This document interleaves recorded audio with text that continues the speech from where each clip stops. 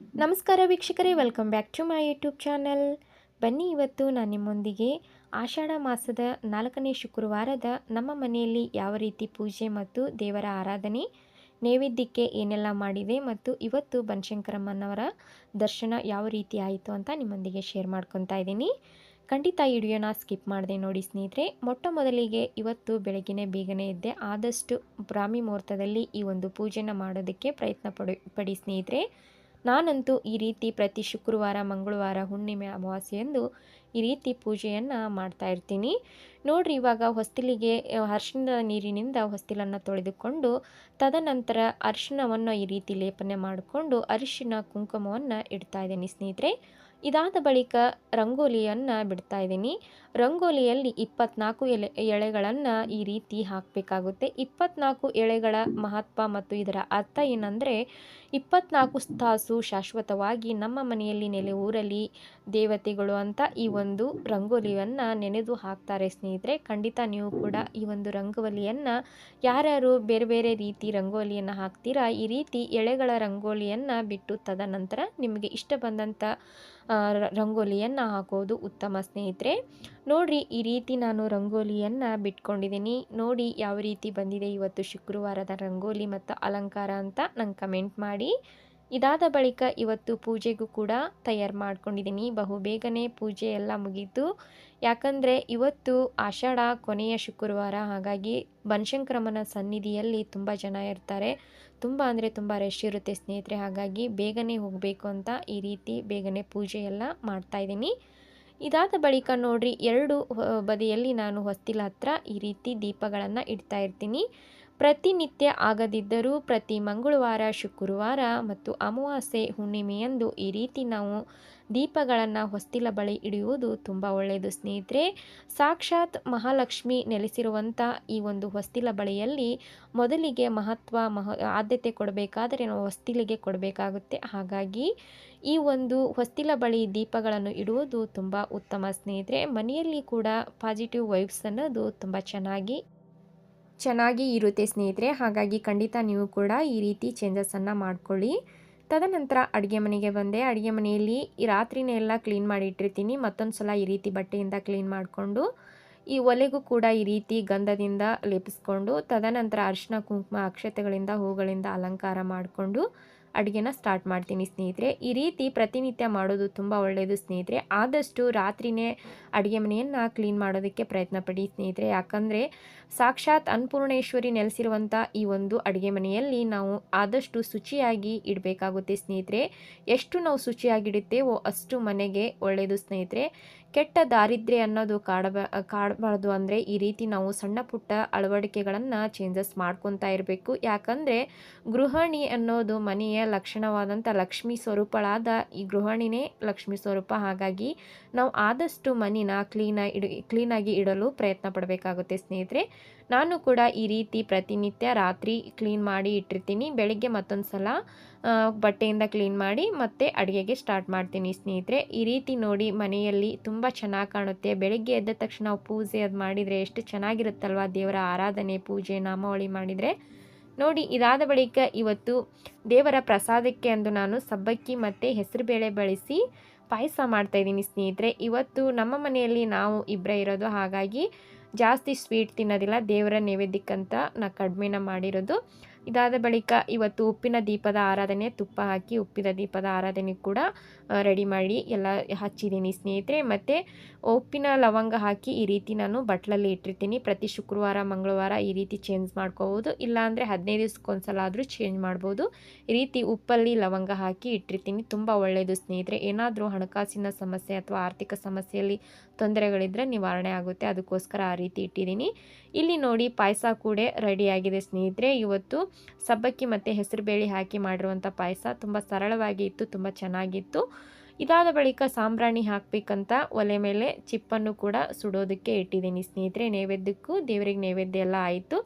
ತದನಂತರ ಸಾಂಬ್ರಾಣಿ ಕೂಡ ಇವಾಗ ಹಾಕ್ತಾಯಿದ್ದೀನಿ. ಸಾಂಬ್ರಾಣಿ ಕರ್ಪೂರದಿಂದ ಯಾವ ರೀತಿ ನಿಮ್ಗೆ ಹಾಕೋದು ಅಂತ ನಿಮ್ಗೆ ಲಾಸ್ಟ್ ವಿಡಿಯೋದಲ್ಲಿ ಕೂಡ ತಿಳಿಸ್ಕೊಟ್ಟಿದ್ದೀನಿ ನಾನು. ಸಾಂಬ್ರಾಣಿ ಯಾವ ರೀತಿ ಹಾಕಿದರೆ ಮನೆಯಲ್ಲಿ ನಕಾರಾತ್ಮಕ ಶಕ್ತಿಯನ್ನು ತೆಗೆದು ಹಾಕ್ಬೋದು ಅಂತ. ನಿಮಗೆ ಲಾಸ್ಟ್ ವಿಡಿಯೋದಲ್ಲಿ ತಿಳಿಸ್ಕೊಟ್ಟಿದ್ದೀನಿ. ಹಾಗಾಗಿ ನಾನು ಕೂಡ ಈ ರೀತಿ ಪ್ರತಿ ಶುಕ್ರವಾರ, ಮಂಗಳವಾರ, ಅಮಾವಾಸ್ಯೆ, ಹುಣ್ಣಿಮೆಗೆ ಈ ರೀತಿ ಕೆಂಡ ಮಾಡಿ ಅದಕ್ಕೆ ಸಾಂಬ್ರಾಣಿನ ಹಾಕ್ತಾ ಇರ್ತೀನಿ ಸ್ನೇಹಿತರೆ. ತುಂಬ ಒಳ್ಳೆಯದು ಸ್ನೇಹಿತರೆ. ಆಗಾಗ ಈ ರೀತಿ ಸಾಂಬ್ರಾಣಿ ಹಾಕ್ತಾ ಇದ್ದರೆ ಮನೆಯಲ್ಲಿ ಏನೇ ಒಂದು ನಕಾರಾತ್ಮಕ ಶಕ್ತಿಗಳಿರಲಿ ಅಥವಾ ಏನಾದರೂ ಜಗಳ ಕದನಗಳು ಆಗಾಗ ಆಗ್ತಾ ಇದ್ದರೆ ಈ ರೀತಿ ನಾವು ಮಾಡೋದು ತುಂಬ ಒಳ್ಳೆಯದು ಸ್ನೇಹಿತರೆ. ಮತ್ತು ಈ ರೀತಿ ನಾವು ಸಾಂಬ್ರಾಣಿ ಹೊಗೆ ಹಾಕೋದ್ರಿಂದ ಮನೆಯಲ್ಲಿ ಸುವಾಸನೆ ಭರಿತ ಕೂಡಿರುತ್ತೆ. ಮನೆಯೂ ಕೂಡ ಪ್ರಶಾಂತವಾದ ವಾತಾವರಣ ಕೂಡ ಇರುತ್ತೆ. ಖಂಡಿತ ನೀವು ಕೂಡ ಈ ಒಂದು ಅಳವಡಿಕೆ ನೀವು ಕೂಡ ಮಾಡ್ತೀರಾ ಅಂತ ಅಂದ್ಕೊಂಡಿದ್ದೀನಿ ಸ್ನೇಹಿತರೆ. ನೋಡಿ, ಇವಾಗ ಮನೆಯಲ್ಲಿ ಪೂಜೆ ಎಲ್ಲ ಆಯಿತು. ತುಂಬ ಬೇಗನೆ ಆಯಿತು ಸ್ನೇಹಿತರೆ. ಆದಷ್ಟು ನಾನು 5:30 ಒಳಗೇ ನನ್ನ ಪೂಜೆ ಎಲ್ಲ ಮುಗಿಸಿದೆ ಮತ್ತು ದೇವರ ಆರಾಧನೆ ಪೂಜೆ ಎಲ್ಲ ಮುಗಿಸಿ ನನಗೂ ಒಂದು ಮನಸ್ಸಿಗೆ ನೆಮ್ಮದಿ ಅಂತ ಅನಿಸ್ತು. ಈ ರೀತಿ ನನಗೆ ಬೇಗನೆ ಪೂಜೆ ಎಲ್ಲ ಆಗಿ ಮತ್ತು ದೇವರ ಆರಾಧನೆ ಎಷ್ಟು ನಾವು ಬ್ರಾಹ್ಮಿ ಮುಹೂರ್ತದಲ್ಲಿ ಮಾಡ್ತೀವೋ ಅಷ್ಟು ಒಳ್ಳೆಯದು ಸ್ನೇಹಿತರೆ. ಹಾಗಾಗಿ ಖಂಡಿತ ನೀವು ಕೂಡ ಮನೆಯಲ್ಲಿ ಆದಷ್ಟು ಬೇಗನೆ ಪೂಜೆ ಮತ್ತು ದೇವರ ಆರಾಧನೆ ಮಾಡೋದಕ್ಕೆ ಪ್ರಯತ್ನ ಪಡಿ ಸ್ನೇಹಿತರೆ. ನಾನು ಕೂಡ ಈ ರೀತಿ ಮಾಡ್ತಾ ಇರ್ತೀನಿ.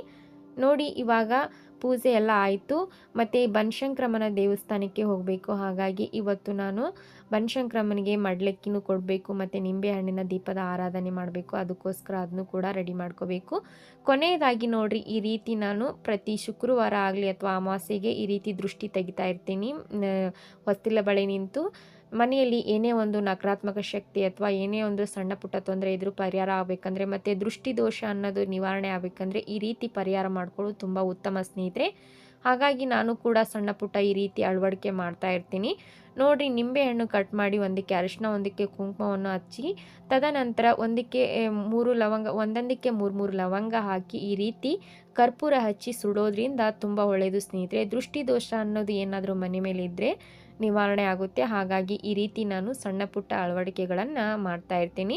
ಈ ರೀತಿ ಇದು ಹೊಸ್ತಲೆ ಮೇಲೆ ಇಟ್ಟು ಸುಟ್ಟು ತದನಂತರ 2 ಬದಿಯಲ್ಲಿ ಈ ಒಂದು ನಿಂಬೆಹಣ್ಣನ್ನು ಇಡಬೇಕಾಗುತ್ತೆ ಸ್ನೇಹಿತರೆ. ಈ ರೀತಿ ಮಾಡೋದ್ರಿಂದ ಏನಾದರೂ ಮನೆಯ ಮೇಲೆ ಕೆಟ್ಟ ದೃಷ್ಟಿ ಬಿದ್ದಿದ್ರೆ ಅಥವಾ ಏನಾದರೂ ಕಣ್ಣಿಗೆ ಕಲ್ಲು ಕೂಡ ಕರಗುತ್ತೆ ಅಂತಾರೆ. ಹಾಗಾಗಿ ನಾವು ಮನೆಯ ಮೇಲೆ ಕೆಟ್ಟ ದೃಷ್ಟಿಯನ್ನು ಪರಿಹಾರ ಮಾಡಬೇಕು ಅಂದರೆ ಈ ರೀತಿ ಮಾಡೋದು ತುಂಬ ಉತ್ತಮ ಸ್ನೇಹಿತರೆ. ನೋಡಿ, ಹೊತ್ತಿಲ ಮೇಲೆ ಇಟ್ಟು ಈ ರೀತಿ ಕಟ್ ಮಾಡಿ ದೀಪವನ್ನು ಬೆಳಗಿ ತದನಂತರ 2 ಬದಿಯಲ್ಲಿ ಈ ಒಂದು ನಿಂಬೆಹಣ್ಣಿನ ದೀಪವನ್ನು ಇಡಬೇಕಾಗುತ್ತೆ. ಇದು ಎಲ್ಲ ನಾನು ಕಂಪ್ಲೀಟಾಗಿ ಎಲ್ಲ ಪೂಜೆ ಆದ ಬಳಿಕ ಸಾಂಬ್ರಾಣಿ ಹೊಗೆ ಎಲ್ಲ ತೋರಿಸಿದ ಮೇಲೆ ಈ ಒಂದು ಪೂಜೆಯನ್ನು ಮಾಡಿರೋದು. ಇವಾಗ ನೋಡಿ, ನಾನು ಬನಶಂಕರಮ್ಮನ ಸನ್ನಿಧಿಗೆ ಬಂದೆ. ತಾಯಿಗೆ ಮಡ್ಲಕ್ಕಿ ಕೊಡೋಕ್ಕೆ ಮುಂಚೆನೇ ರೆಡಿ ಮಾಡಿ ಇಟ್ಟಿದ್ದೀನಿ ಸ್ನೇಹಿತರೆ.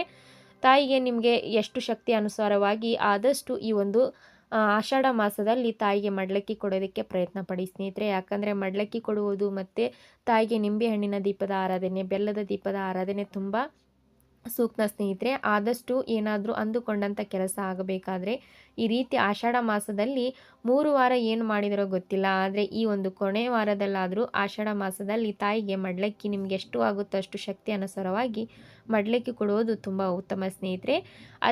ಅರಿಶಿನ ಕುಂಕುಮ ಮತ್ತು ಬಳೆಗಳು, ಬಿಚ್ಚೋಲೆ ಈ ರೀತಿ ನಿಮಗೆ ಆದಷ್ಟು ಅಕ್ಕಿ, ಬೆಲ್ಲ ಈ ರೀತಿ ನಿಮಗೆ ಎಷ್ಟು ಆಗುತ್ತೋ ಅಷ್ಟು ತಾಯಿಗೆ ಕೊಡೋದು ಉತ್ತಮ ಅಂತ ಹೇಳ್ತೀನಿ ಸ್ನೇಹಿತರೆ. ಮತ್ತು ಇವಾಗ ಯಾರಿಗೆ ಆಗಿಲ್ಲವೋ ಮುಂದೆ ಬರುವ ಆಷಾಢ ಅಮಾವಾಸ್ಯೆ ಬರುತ್ತಲ್ಲ, ಆ ದಿನ ಕೂಡ ಭೀಮನ ಅಮಾವಾಸ್ಯೆ ಇದೆ. ಅವತ್ತಿನ ದಿನ ಕೂಡ ತಾಯಿಗೆ ಮಡಲಕ್ಕಿ ಕೊಟ್ಟು ಮತ್ತು ನಾವು ಏನಾದರೂ ಅಂದುಕೊಂಡಂಥ ಕೆಲಸ ಆಗಬೇಕಾದ್ರೆ ಈ ರೀತಿ ನಾವು ಸಂಕಲ್ಪ ಮಾಡಿಕೊಂಡು ಹೋಗಿ ನಿಂಬೆಹಣ್ಣಿನ ದೀಪದ ಆರಾಧನೆ ಮಾಡುವುದು ತುಂಬ ಉತ್ತಮ.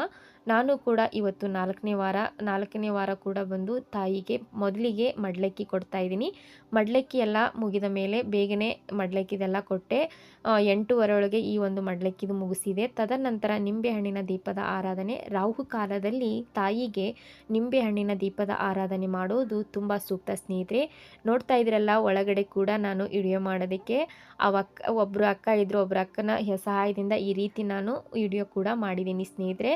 ತುಂಬ ಅಂದರೆ ತುಂಬ ಚೆನ್ನಾಗಿ ಅಲಂಕಾರ ಮಾಡಿದರು. ತಾಯಿನ ಕಣ್ ತುಂಬ್ಕೊಳ್ಬೇಕು ಅಷ್ಟು ಚೆನ್ನಾಗಿ ಅಲಂಕಾರ ಮಾಡಿದರು. ಒಳಗಡೆನ ನಾನು ಕೂಡ ವಿಡಿಯೋಗಳನ್ನು ಮಾಡಿದೆ, ಸಣ್ಣ ಪುಟ್ಟ ವಿಡಿಯೋಗಳನ್ನು ಕೂಡ ಮಾಡಿದೆ. ಮತ್ತು ಈ ರೀತಿ ನಾನು ನಿಂಬೆಹಣ್ಣಿನ ದೀಪದ ಆರಾಧನೆಯನ್ನು ಕೂಡ ಇವತ್ತು ಮಾಡಿದೆ ಸ್ನೇಹಿತರೆ. ಆದಷ್ಟು ತಾಯಿಗೆ ರಾಹು ಕಾಲದಲ್ಲಿ ನಿಂಬೆಹಣ್ಣಿನ ದೀಪದ ಆರಾಧನೆ ಮಾಡೋದಕ್ಕೆ ಪ್ರಯತ್ನ ಪಡಿ ಸ್ನೇಹಿತರೆ. ಯಾವಾಗ ಬಂದರೆ ಆವಾಗ ಹೋಗಿ ನಾವು ದೀಪದ ಆರಾಧನೆ ಮಾಡೋದಕ್ಕಿಂತ ರಾಹು ಕಾಲದಲ್ಲಿ ತಾಯಿಗೆ ನಿಂಬೆಹಣ್ಣಿನ ದೀಪದ ಆರಾಧನೆ, ಬೆಲ್ಲದ ದೀಪದ ಆರಾಧನೆ ಮಾಡೋದು ತುಂಬ ಸೂಕ್ತ ಸ್ನೇಹಿತರೆ. ಹಾಗಾಗಿ ನಾನು ಕೂಡ ಬೇಗನೆ ಈ ಒಂದು 10:30 ಒಳಗೆ ಈ ಒಂದು ದೀಪದ ಆರಾಧನೆಗೆ ರೆಡಿ ಮಾಡಿಕೊಂಡು ಹೋಗಿದ್ದೆ. ನೋಡಿ, ಇವಾಗ ನಿಂಬೆಹಣ್ಣಿನ ದೀಪದ ಆರಾಧನೆ ಆಯಿತು. ತುಂಬ ಅಂದರೆ ತುಂಬ ಜನ ಇತ್ತು ಸ್ನೇಹಿತರೆ. ಇವತ್ತಂತೂ ಕೊನೆ ಆಷಾಢ, ಹಾಗಾಗಿ ಜನ ನೋಡೋದಕ್ಕೆ ಅಷ್ಟು ಜನ ಇತ್ತು ಸ್ನೇಹಿತರೆ. ನೋಡ್ತಾ ಇದ್ದೀರಾ, ನಿಮ್ಗೆ ತೋರಿಸ್ತೀನಿ ನಾನಂತೂ ಇವತ್ತು. ಆದಷ್ಟು ನನಗೆ ಮತ್ತೆ 2 ಸಲ ಹೋಗಿ ದರ್ಶನ ಮಾಡಿದ್ದೀನಿ ಇವತ್ತು. ಸನ್ನಿಧಿಯನ್ನು ದೇವರ ಸನ್ನಿಧಿಯನ್ನು 2 ಸಲ ಹೋಗಿ ದರ್ಶನ ಮಾಡಿದ್ದೀನಿ. 1 ಸಲ ಹೋಗಿ ಮಡಿಲಕ್ಕಿ ಕೊಟ್ಟೆ. ಅದಾದ ಬಳಿಕ ಮಡಿಲಕ್ಕಿದೆಲ್ಲ ನಿಧಾನವಾಗಿ ಮುಗಿಸಿ ತದನಂತರ ಬಂದು ಮತ್ತೆ ನಿಂಬೆ ಹಣ್ಣನ್ನು ಕಟ್ ಮಾಡಿ ಅದಕ್ಕೆಲ್ಲ ತಯಾರಿ ಮಾಡಿಕೊಂಡು, ದೀಪಗಳನ್ನೆಲ್ಲ ತಯಾರಿ ಮಾಡಿಕೊಂಡು ತದನಂತರ ದೀಪದೆಲ್ಲ ಮುಗಿಸಿ ಮತ್ತು ಅಲ್ಲೇ ಪ್ರಸಾದ ಕೂಡ ತುಂಬ ಚೆನ್ನಾಗಿತ್ತು.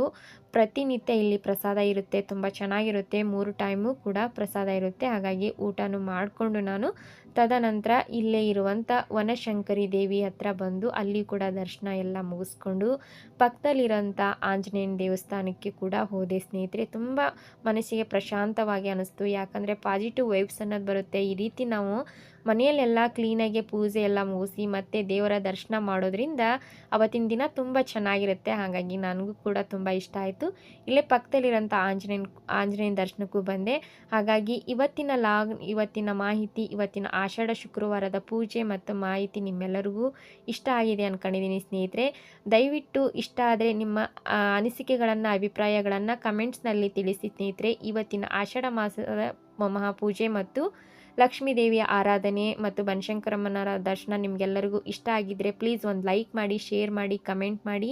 ಹೀಗೆ ನನ್ನ ಚಾನಲ್ಗೆ ಫಾಲೋ ಮಾಡಿ ಸ್ನೇಹಿತರೆ. ಧನ್ಯವಾದಗಳು.